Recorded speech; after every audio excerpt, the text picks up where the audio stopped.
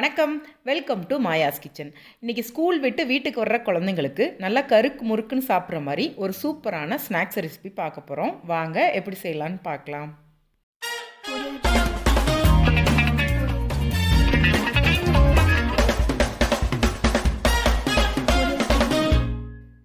ஒரு பேனில் 2 டீஸ்பூன் எண்ணெய் சேர்த்துக்கோங்க. இதில் 2 கப் அவல் சேர்க்குறேன்.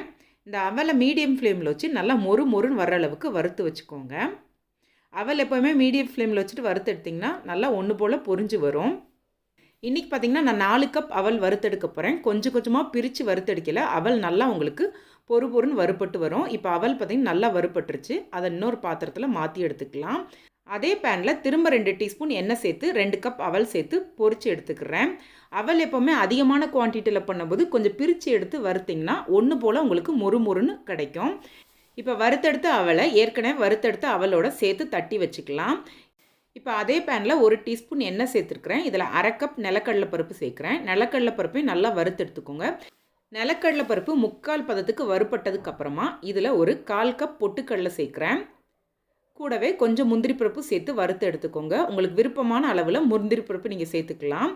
இதே மீடியம் ஃப்ளேமில் வச்சுட்டு எல்லாமே நல்லா மொறுன்னு வர்ற அளவுக்கு வறுத்து எடுத்துக்கோங்க. இப்போ இது எல்லாமே நல்லா வறுப்பட்டுருச்சு. இதையும் நான் அவலோட தட்டி எடுத்து வச்சுக்க போகிறேன். இதுக்கடுத்து பார்த்திங்கன்னா அதே பேனில் 1 டீஸ்பூன் எண்ணெய் சேர்த்துக்கோங்க. எண்ணெய் காஞ்ச உடனே 2 வரமிளகா விதையை கிள்ளிட்டு சேர்த்துருக்கேன். அதே மாதிரி பூண்டு பார்த்திங்கன்னா 10 பல் பூண்டை தட்டி சேர்த்துருக்குறேன். தோலோடவே சேர்த்துக்கோங்க. இதையும் மீடியம் ஃப்ளேமில் வச்சு நல்லா மணம் வர்ற அளவுக்கு வறுத்து எடுத்துக்கோங்க. இப்போ பூண்டு நல்லா வறுப்பட்டதுக்கப்புறமா இதில் கொஞ்சம் கருவேப்பிலை சேர்த்து வறுத்து எடுத்துக்கிறேன்.